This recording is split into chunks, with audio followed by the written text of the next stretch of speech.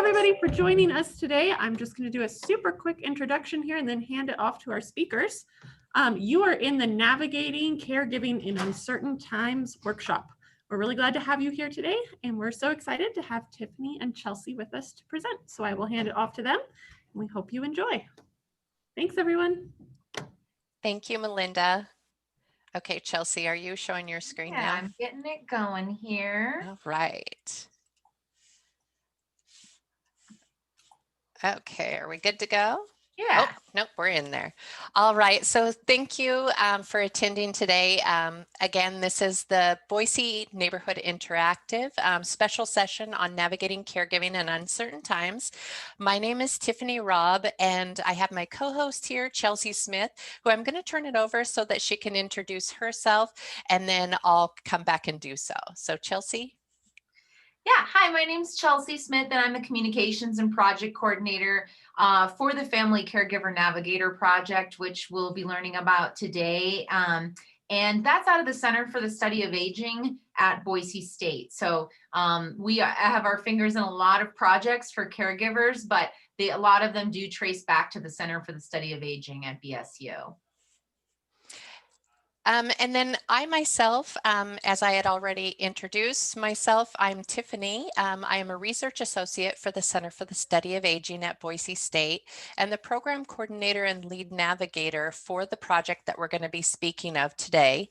I hold a master's in health science, specifically in health policies, and for several years was quite involved in one of the local neighborhood associations, specifically the East End Neighborhood Association, serving as communications chair as well as president for a couple terms. I also had volunteered for Boise at Home, which I don't know if some of you are familiar with, but this was based on a volunteer village model concept out of the East Coast area, which aided seniors in living in their homes for as long as possible. And of course, I can't forget that I am a parent to a child who is currently attending online schooling and have a small dog that before COVID I had not realized was in the category or fell in the category of yappy. So since we have kind of small group of attendees, I would love to take a moment. I know that you are all on kind of a webinar viewing and can't really talk to us, but take a moment. I'd love to hear who you are. So can you take a moment and put in the chat a little introduction about you and why you decided to attend this today?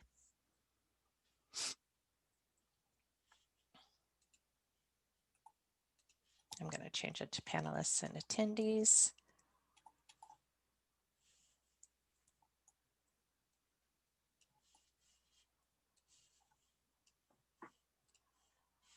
And then I don't know if they'll be communicating in the WOVA or in the... I'm keeping an eye on WOVA here, but if it's easiest to drop it in the Zoom chat, just let us know maybe your name or your first name and kind of what brought you to this, or if you, had anything you wanted to share. Oh, and we can even allow you to talk. So should I push on allow them to talk? Sure. Why not? Okay, so Cindy, I'm letting you talk and then, oops, nope. Yep, Cindy's unmuted. Georgiana is muted, it looks like. Oh, is she muted? Ask to unmute. There you go. Cindy, did you want to take a moment to introduce yourself? Whoops. And maybe not. So how about Georgiana? Would you like to? It looks like you might be muted though.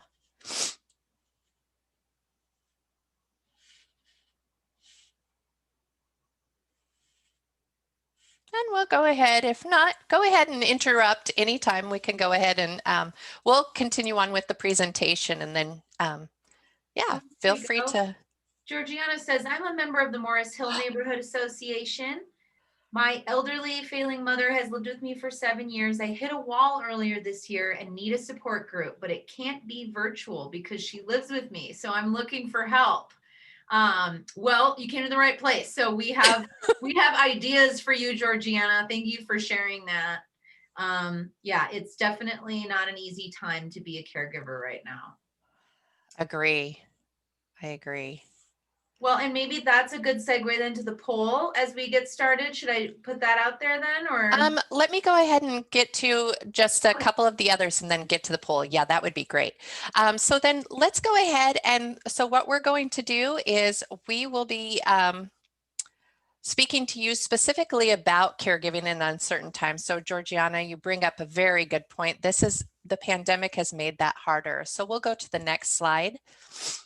And so specifically with talking about caregiving in uncertain times, we're going to first define caregiving.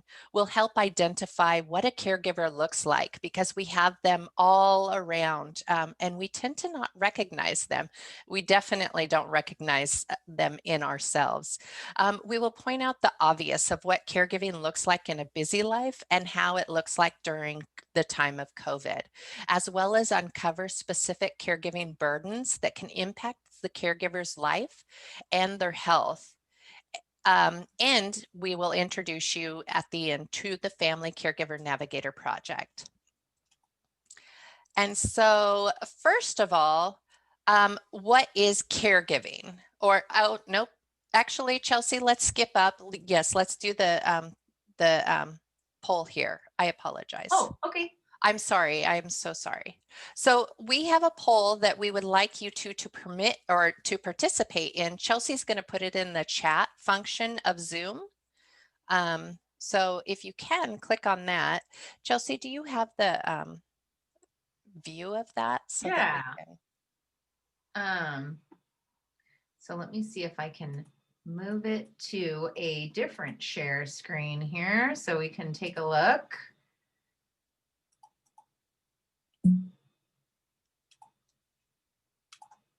Cindy says, me too.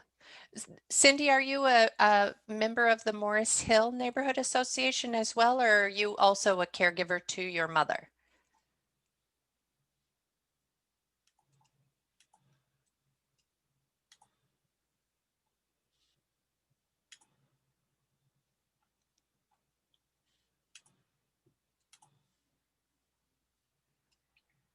So if you click on that link, it should take you to the poll.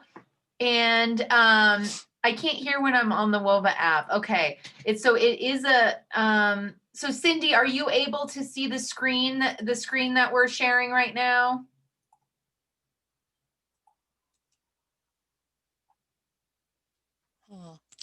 Okay. Should we send her just the Zoom link then? Yeah, sure. I will send the Zoom link and I'll just get back into the presentation here too, if you don't mind. Oh, well then how is she? Well, I gotta get into there to grab the link. Oh yeah, no, I was just wondering how she's communicating in the Zoom. I don't know. Yeah, so I apologize that we're a little not familiar with WOVA and Zoom and how those interact, but trying to just send that link here. Okay. To Georgiana. I had to copy paste into a new browser to get the survey. Yeah, it's not really letting me paste this for some reason. Okay. So I will say that so far we have 100% of people on this call are caregivers, as you might imagine. Let's see here. I'm trying to see if this link will work. Just sent my response. Did you get it? Oh, guess you did. Yep. We got a response. Here's the Zoom link. Hopefully that will be helpful to you. Sorry about that. Let's see here. And I'm just going to get back into the presentation. Yeah. Thank you, Chelsea.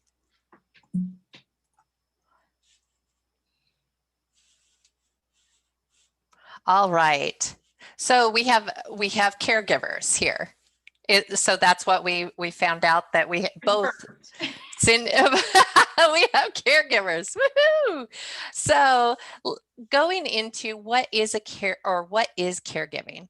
So we need to define what that is, just simply because people kind of dismiss this as it is just something we do as a mother, daughter, son, father, grandparent, or so on.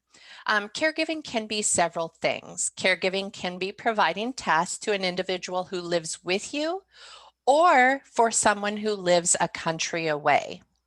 It can be making phone calls to check in on your loved ones, driving a family member or friend to a doctor's appointment or to the neighbor to the doctor's appointment, helping someone manage their medication or with their household chores or making meals or coordinating those meals. Maybe they have congregate meals that you would like to get them signed up for. Maybe it's Meals on Wheels or something.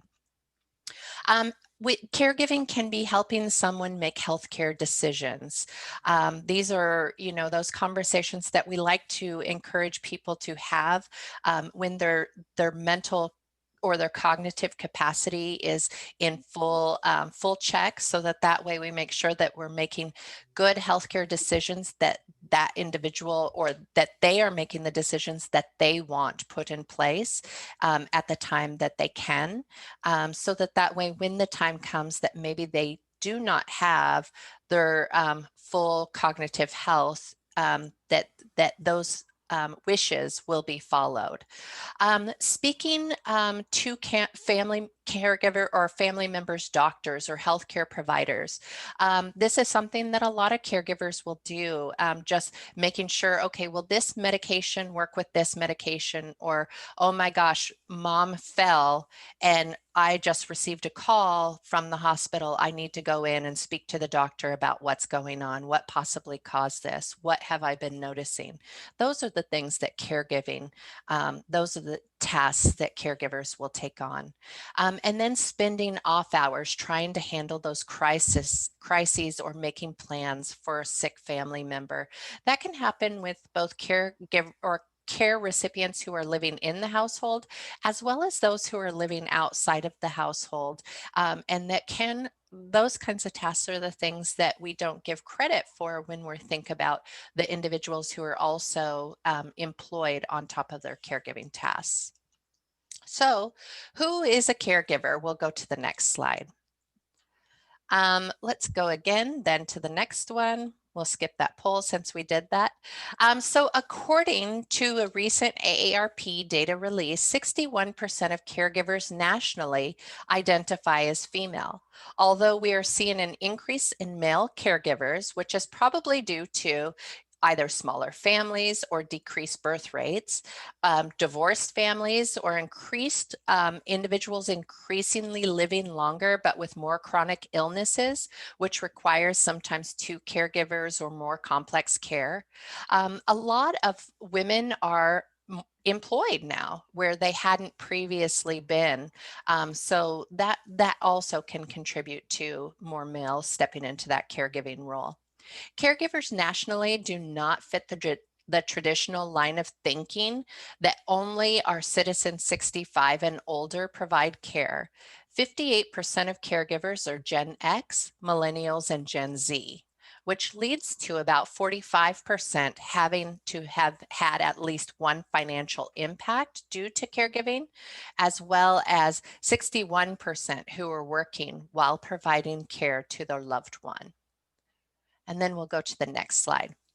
Now let us focus in a little on Idaho caregivers. So both of you are caregivers, as you had mentioned. So you'll fit into this. Polling data together from the CDC BRFIS as well as AARP, we see that in Idaho, 44% of our caregivers are male, which is 5% higher than nationally. In Idaho, there are 3 working adults for every 1 care recipient. 50% of caregivers have been caring for their loved one at least 2 years. Why is that important? Well, we need to make sure that we put services and supports in place to help support the caregiver, because it is not a short-term task that they're taking on that's just a couple months. As you can see, 50% have been caring for their loved one for more than or at least 2 years. So this is taking a toll on them. And 70% of our Idahoans, which is a 9% increase from national numbers, are working while they're providing care for their loved one. And we'll go to the next slide. So what does that look like in your neighborhood? Well, just think, for every 3 houses, the 4th is a caregiving house. These caregivers can be male, female, non-binary. They can be Black, Latino, Arabic, or white. They can be Christian, Mormon, Muslim, Jewish, or atheist. They can be sighted or blind, able-bodied, or with some disability. They can be emotionally stable or with some untreated emotional illness. And they can be 5 years old all the way up to 100 plus. Caregiving is a natural ability within each of us that if we see somebody of our or someone of our own that needs help, we should provide it, or we shall provide it, or that is at least my hope. It is definitely not something that is unique to the human species, but to the, just as being a being, I hope that that is the case, is that we will take care of our own. We'll go to the next slide. So caregiving is not always something we choose to do. And I don't know, Cindy and Georgiana, I don't know if this is something that you chose to do or if you were asked to, step in or just needed to assume this role. So caregiving is not always something that we do choose to do. It's something that we are tasked with. We try to smile and do it when we need to, but not always, and nor should we always love it. Although these personas and images are for marketing purposes, the messages in the bubbles are real feelings experienced or stated by real caregivers. A few of those are, I am a husband and just doing what I promised to do, until death do us part. I'll do whatever I can for my grandchild. It's not his fault he was born this way. I feel so guilty sometimes because I don't want to take care of him all the time. I just want to live my life. I'm not his caregiver, I'm his mom. And considering all the hell I raised when I was a teenager, taking care of mom is the least I could do. So as you can see from these, caregivers definitely have a lot of feelings that are wrapped up into that caregiving role. And within this, we're not seeing that they always identify as a caregiver. They are identifying as a husband or a wife or a grandma or a mom. So we'll go to the next slide. As I had mentioned earlier, caregiving is something many of us are tasked with or will be tasked with. And I don't know about you, but there are many times in my life where I wonder, when will life slow down? Life is busy enough just trying to live, yet many caregivers, we'll go to the next slide, are not only providing care, but they are also living with or are married to someone. And we definitely know how much marriage or living with someone adds to our workload. They are also typically providing 20 hours of care a week on top of their full or part-time employment. They are reporting conflicts between their caregiving tasks and the tasks their job requires of them. They're experiencing economic pressures. We know that providing care and providing the right kind of care that we need to for our loved one is expensive. And so we want to try to figure out how we can do that the most effectively and the least expensive way, but it still creates economic pressures. Many of the caregivers are not just monitoring medications or taking out the trash, but they are changing or cleaning feeding tubes, treating bed sores, etc. And all of this impacts the caregiver both physically and emotionally. And then we'll go to the next slide. So what about caregiving during the time of COVID? Let's add that pandemic onto caregiving in the caregiving equation, which doesn't seem so fair, but unfortunately, a lot of our caregivers have had to take this on. And so we'll go to the next slide on that. Because of the pandemic, caregivers have been faced with even harder situations. Do they remove their family member from a care facility for safety, or do they risk their family member being in the facility that they can no longer enter until this pandemic or until we're in the clear? They may already be caring for someone who is vulnerable, and it would be a complete risk to invite someone into the house to provide the caregiver a break or respite, or to provide the care recipient the required therapies that they need. Caregiving naturally increases the feeling of isolation. This is a common feeling that a lot of caregivers feel. But during the pandemic, this has added and increased that feeling of isolation or social isolation even more. Some caregivers are working from home while others need to work away from home and worry about putting their loved ones at risk of exposure. And caregivers have also had to add online teaching to their daily tasks. And all of us have been left with the uncertainty of when things will go back to normal. So we'll go to the next slide, and I wanted to introduce this term to you. It's called surge capacity. And what this is it's a term that had been coined by Dr. Ann Maston, which is talking about the collection of adaptive systems, both mentally and physically, that the human body puts into and draws from for short-term survival. And those are kind of our stress instincts that come into play during a natural disaster. But we know that natural disasters occur over a short period of time. Even if the recovery of that natural disaster is a long stretch of recovery. The natural disaster itself was short.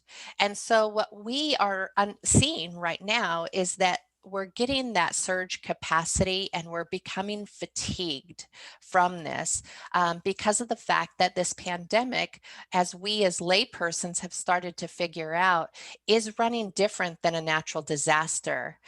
This is running longer, and we don't know how long this will actually run, which is requiring both our mental and physical responses to be charged for a lot longer, and is playing havoc on our health, which is very important for us to recognize that this is happening, especially with caregivers. We'll go to the next slide. This is why it's even more important for us to understand the burdens that caregivers are experiencing. And then we'll go to the next. There are several different areas of burdens, but there are three areas that we can group or cluster caregiving experiences into as they relate to the care recipient that they care for. These are relationship burden. Are there demands above and beyond what has been the norm of the relationship, or is the relationship itself creating negative psychological state?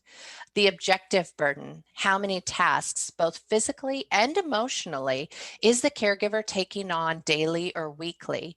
And stress burdens: how are the additional caregiving tasks impacting other parts of the caregiver's life, and are those tasks sustainable?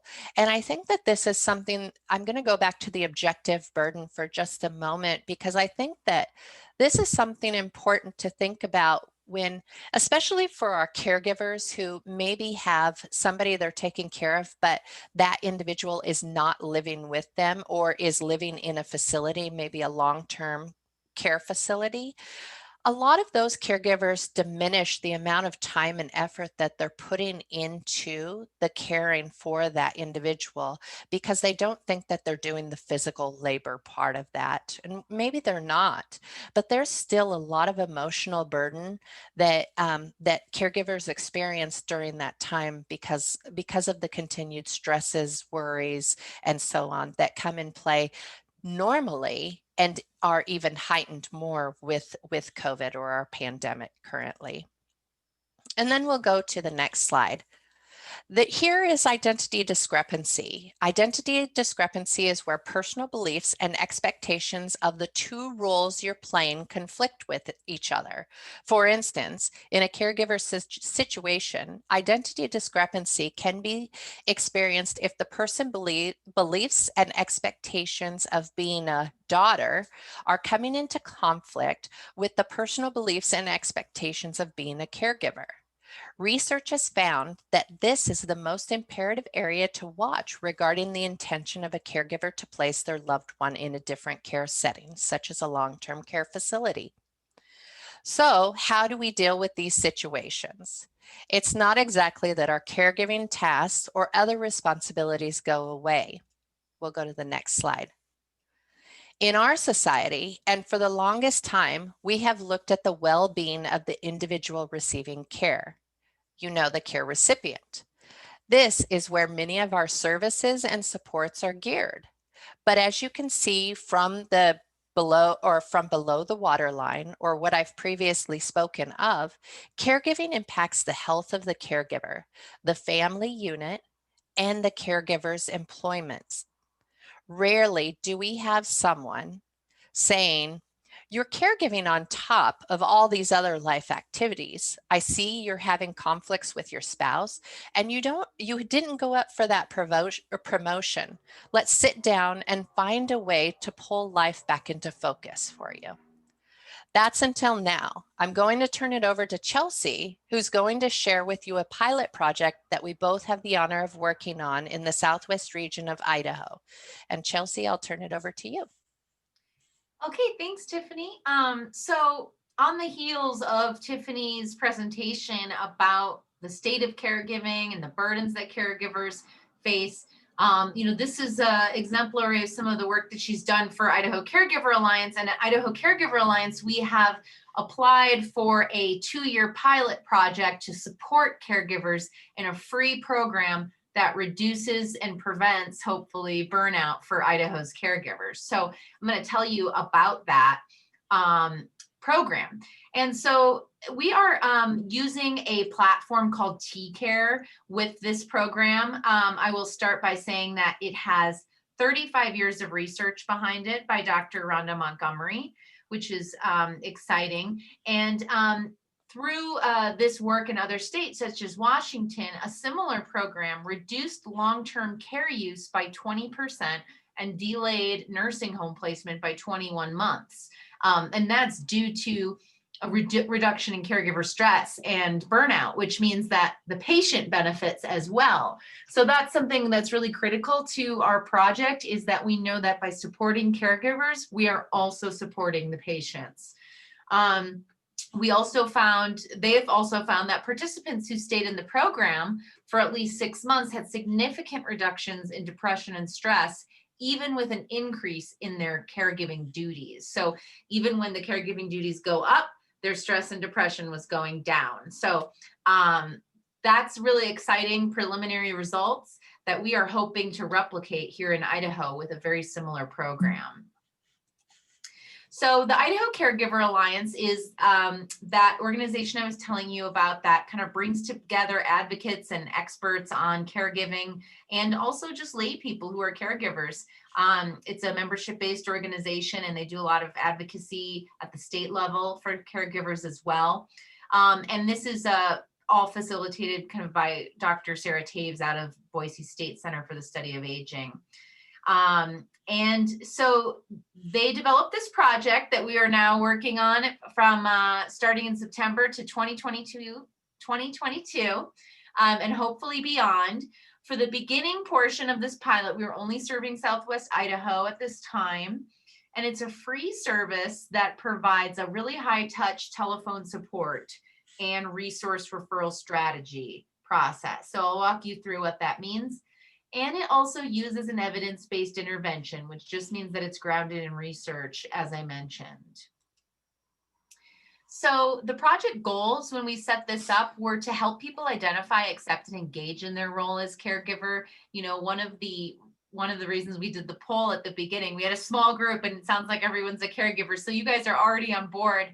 But we find out a lot of people don't identify as caregivers. Like, as Tiffany said, they feel like they're a spouse and they're a mom and they're a friend, and that's just their job.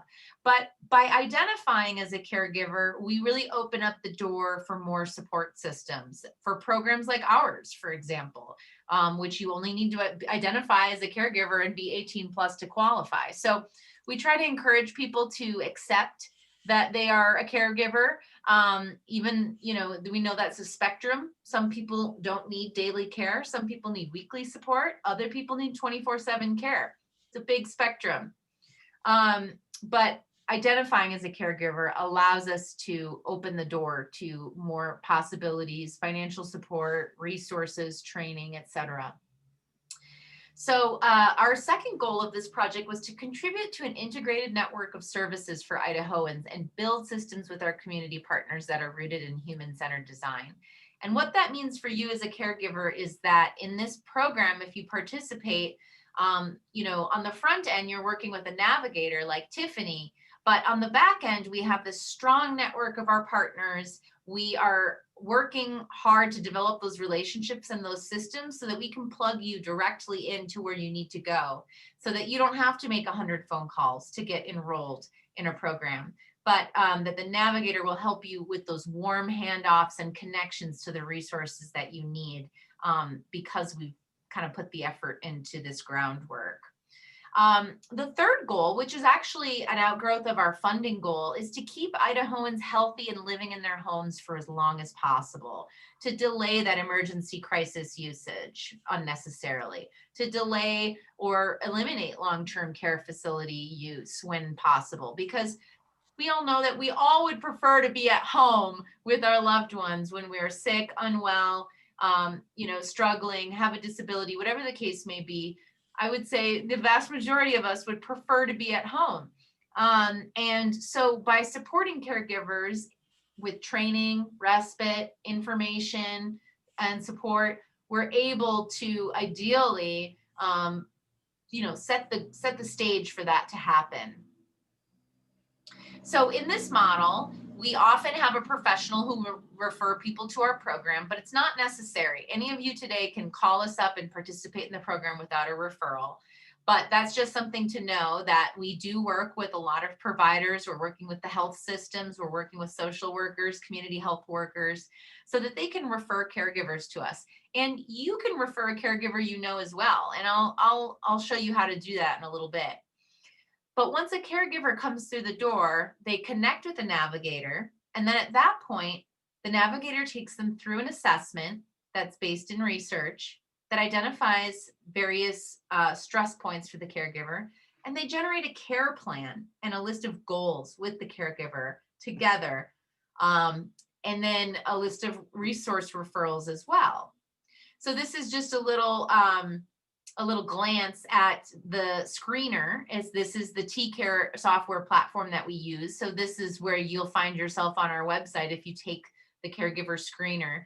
And it will start to ask you questions about your care recipient and how much caregiving you're doing and how you feel about it.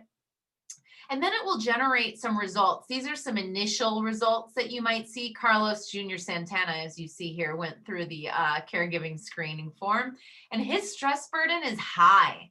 His objective burden, the amount of time that he's actually spending with these tasks, is high.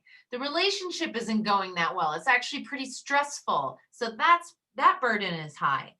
Then there's an identity discrepancy. That might be a conflict between Carlos seeing himself as an adult son versus the reality that he's now a caregiver to his mother. We also see depression is high here, and he does not have an intention to place his mom in a long-term care facility. But with scores like this being this high, we know that his health is more likely to decline, and his mental health is more likely to decline as well. So our goal is to intervene so that we can prevent further stress and burnout, and to halt that whole process, and to kind of back it up and see what we can do to support a caregiver so that they can reduce that stress. So these are the different factors we looked at that Tiffany kind of talked about. And we really examine that relationship with the caregiver and kind of to your point, Georgiana, a lot of times it's better to do this assessment when your care recipient isn't in the room, or when they're out on a walk, or if someone else is taking care of them that day, or to step outside and do the assessment, because we really want caregivers to be honest about their experience. And sometimes it's not pleasant, and there are difficult feelings, and you might feel guilty that you are having a hard time, and you don't want the care recipient to hear about that because they have enough problems, right? So we understand that. We recommend that you kind of step out of the room when you do the assessment, but the point is to focus on you and your needs, and to put the care recipient aside for now, and to say, how do you feel about this? What are you going through? And so that's the shift that takes place in this program, is that we really focus on the caregiver, not the person receiving care. The person receiving care usually has a lot of systems in place, but the caregiver themselves doesn't oftentimes have a plan. So that's our goal, is to help you make that plan. So here's an example of a care plan. And so Tiffany, or one of the navigators, will set a goal with the caregiver based on the assessment results. So here's an example: embrace the caregiver identity. And so the desired outcome that they agreed upon was to accept that it's okay to not like some of the tasks I have to do as a caregiver. And sometimes I feel like this makes me not like my child, for this person who is taking care of a child with disabilities. So here we have some recommendations, a traumatic brain injury program in a rural health center, a mental health counseling that, some of our counselors and therapists in our database actually specialize in working with caregivers. So we've really tried to find some of the more specific resources. Some people say, I don't want to go to a therapist. I need a group. I need a support group. I want a virtual group. I want an in-person group. We can work with all of those things. There's no one size fits all solution for people. So this is a process you do together. And we're not going to make you bite off more than you can chew, because we know you've got enough going on already. But it's something to aspire to work towards, and we're here to help you with that. And we have a follow-up appointment system. So every 3 months, there's an opportunity to do a formal check-in and reassess if you want to change your care plan, if you want to take the assessment again because everything's changed. So we can continue to be in touch that way. Or you might say, you know what, I've got my care plan, this is working well, and I'll call you when I need to, and that's fine too. We do have text message surveys that also you will receive if you opt in, that just say, how are you doing this week? How's your care plan this week? And if you say, this week was terrible and my care plan isn't working, then we'll give you a call and see if we can get back on track. So that's a little bit of information about the program. And, if we haven't told you why already, the reason is that caregivers who burn out are more likely to put their loved ones in institutions. They're more likely to have their own health decline. And so having an evidence-based intervention allows us to gather important anonymous data that allows us to communicate with funders and policymakers and say, hey, look, we have tens of thousands of people in Idaho who need more support, and they are doing the medical and home care that, we're not doing in the hospital, and we're not doing it in the nursing home. We're doing it at home. So we want to advocate for caregivers so that our state can continue to support this work, because it's to the benefit of not only individual families, but to our health systems and our healthcare system as well. And then, as I also mentioned, another one of our goals is to access more resources for caregivers by helping them embrace their caregiver identity. So we were going to do the poll again to see who identifies as a caregiver now after you've heard the presentation, but it sounds like everybody already identifies. So we'll skip that part. But I'd like to give you the opportunity to put some questions in the chat. You also can just unmute. We only have a few people on here, so we're happy to just take audio questions. And I'm going to navigate to the website to show you a few things while you do that. But please feel free to put your questions in the Zoom chat or in the WOVA app. We do have that up and running as well, and can take questions there.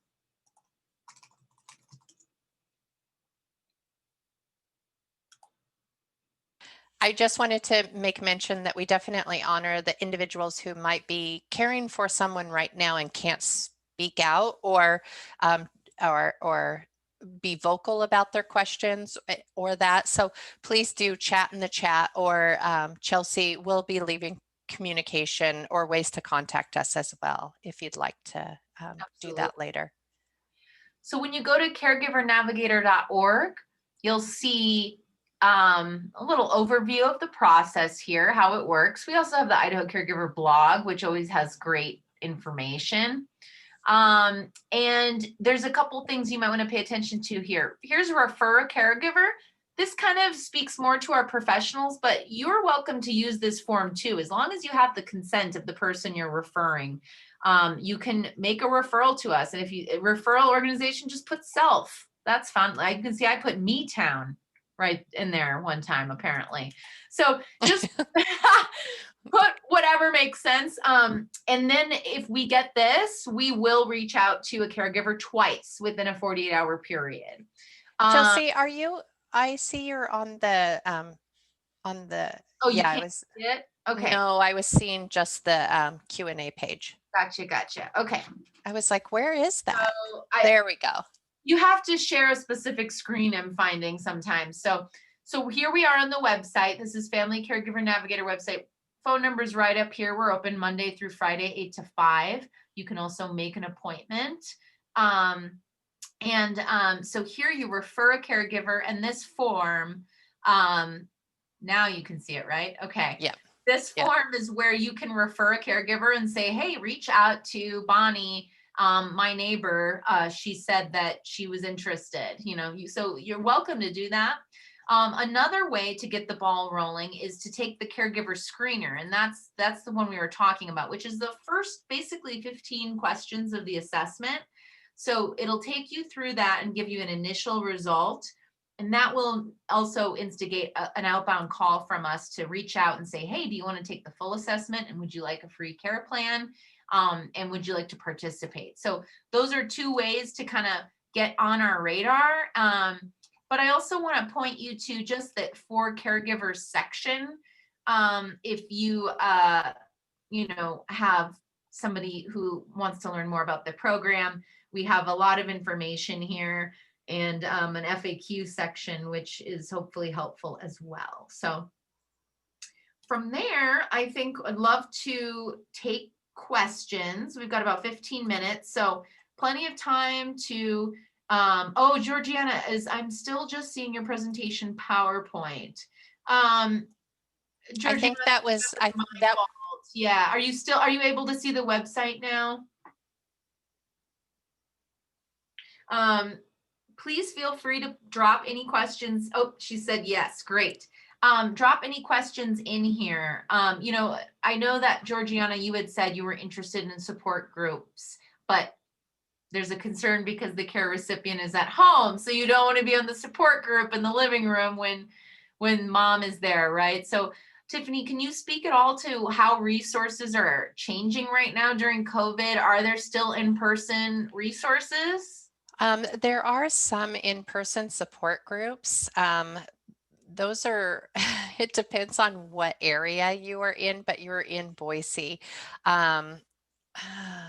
I'd have to actually look and see, because there was some that were hoping to actually start back up in November, but I don't foresee that happening because of our cases have increased quite a bit, our COVID cases. I know a lot of them were really pushing to go virtually. I'm wondering though, I'm wondering if there's a way around that. So maybe it's going somewhere else. Maybe you could get respite put in place so that you could get away and then attend a virtual one if that's the case. But there's some other things that, have you taken Powerful Tools for Caregiver yet, Georgiana? I know that's virtual right now. Nope, she said. That's a good one. It is virtual right now.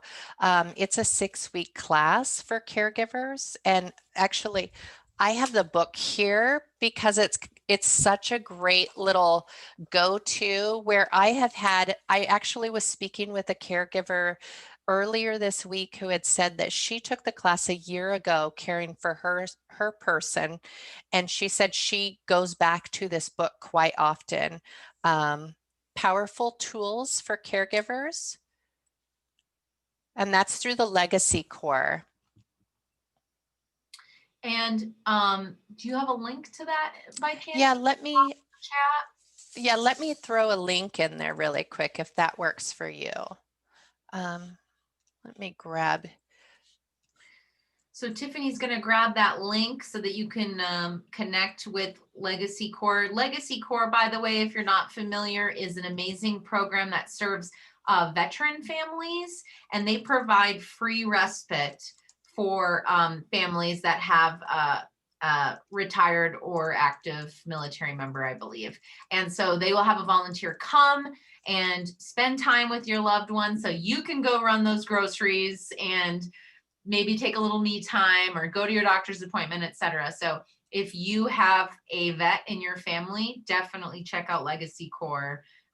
They're volunteers, but they're highly skilled and highly trained. And a lot of them are also from veteran families. So it's a great program. Oh, Georgiana says, I'm the veteran.